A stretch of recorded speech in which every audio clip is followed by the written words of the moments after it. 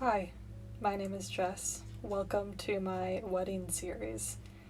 Currently, I am working on redesigning my mother's wedding dress to hopefully wear to my own wedding this upcoming June. This dress is from 1989, and boy, did it look like it when we first started. It had the classic big poofy shoulders and long sleeves, which I had already taken off before I decided to make a video out of this process. And boy, was it covered in so many beads and sequins, which I'm quickly learning that I despise sequins personally.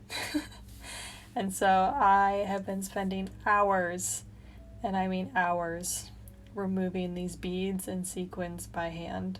I quickly discovered that beneath all of the beads and the sequins, there is a beautiful lace pattern that I am in love with.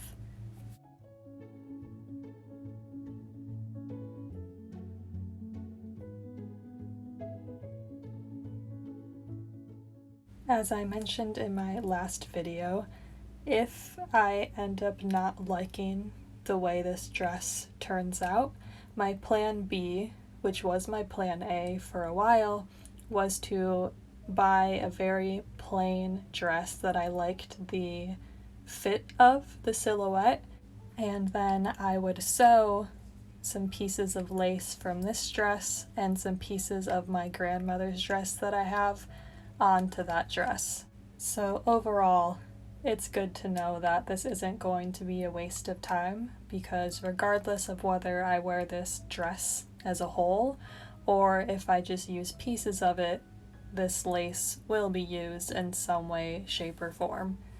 I also feel the need to note that my mom does not care whatsoever if I rip this dress to pieces and don't end up doing anything with it.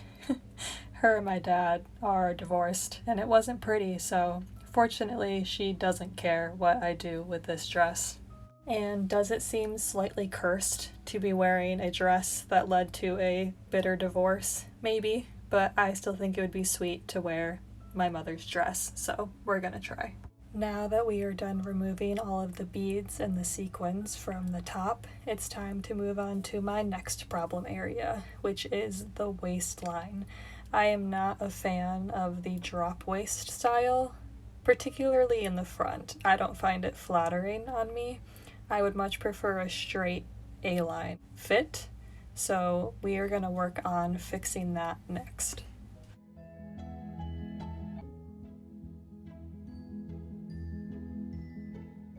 This piece of fabric that I'm holding up is from my grandmother's dress, and I was trying to see if there was a way I could tie it in to the dress, maybe using it as a belt.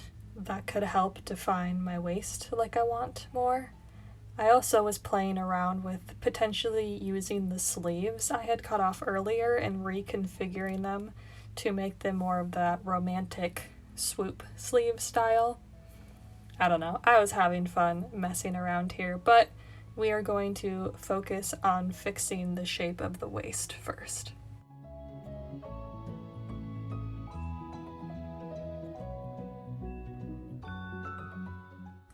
Using my new best friend, the seam ripper here, I am just going along where they sewed the top onto the bottom, so I'm removing the top and the skirt into two separate pieces. That way I can reconfigure the top. Because I consider myself still fairly a beginner sewer, I am only seam ripping to the waistline, so the side seams. That way I don't have to worry about messing up the back or taking off the skirt as a whole and not being able to sew it back on properly.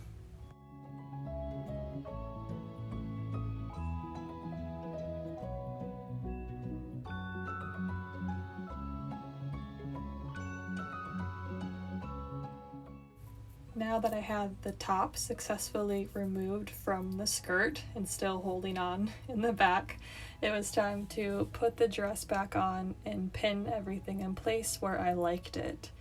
So I definitely raised the waistline and I actually put it pretty much exactly in line with the hip measurements, I would say, the side seams that I left connected.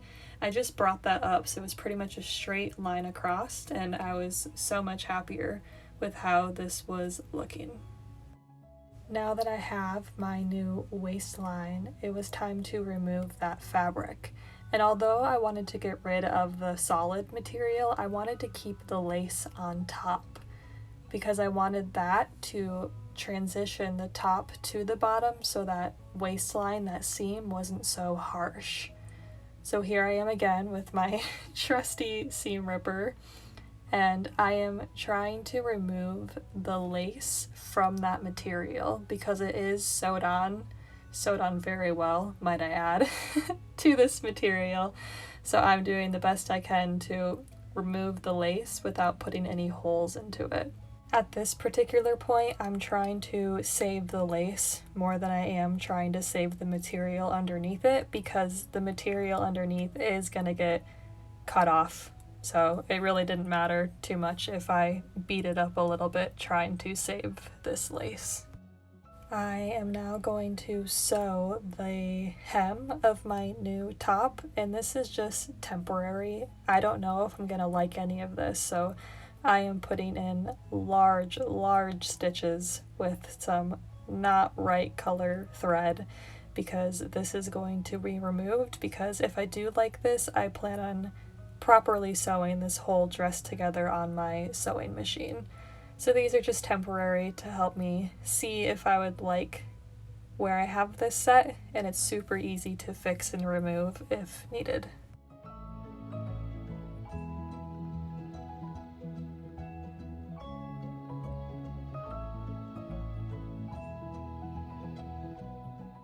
I'm cutting off that excess material that was the drop waist to help remove some of the bulk, and it'll be properly sewed on later. Now that I have that all hemmed up nice and pretty temporarily, it is time to pin the skirt back on, pin it to the top, and see if I like the way that it fits.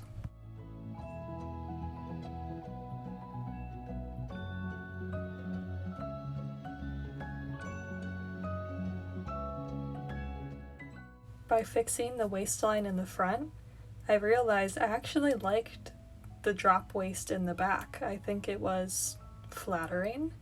It's funny how that can change things. And we're back at it with my new favorite game, which is, do I hate this part of the dress or do I just hate the sequins? So we are back at ripping these off the dress. This is the very front of the skirt, and I wanted to take these off to see if I liked the overall style of the skirt without the sequins, because I wanted to potentially cut this part of the skirt out and re-sew it before I sewed it onto the top of the dress. It would just make the whole transition much smoother. And guess what? Once the sequins were gone, I thought it was kind of pretty. This is the moral of the story. I hate sequins. I was pretty happy with how the top and the skirt were looking together, my new waistline. So I went ahead and just did those big stitches all around the front to bring the two pieces back into one dress. To be completely honest with you, I am impressed. I didn't think that it would turn out looking this nice. And again, the fact that I like the drop waist in the back, and it all worked out because adding that pleat to the front to bring the waist to the proper size actually kind of hides that lace, so it's more of a peekaboo style. And I am really liking how this dress is turning out. Now that I'm happy with the top part of this dress, it is time to work on the back. And by that I mean on this long, classic 1980s, 1990s cathedral style train. I like the overall shape of it. I love the lace on the trim. But again, there's sequins and beads everywhere, so stay tuned for the next video as I start to tackle the back of this dress and see if it starts to come together or not. Thank you for hanging out with me today and joining me on my maybe slightly crazy endeavor as a very beginner sewer. But I appreciate you being here, and I hope you are having a lovely, lovely day. I will see you very soon. Take care.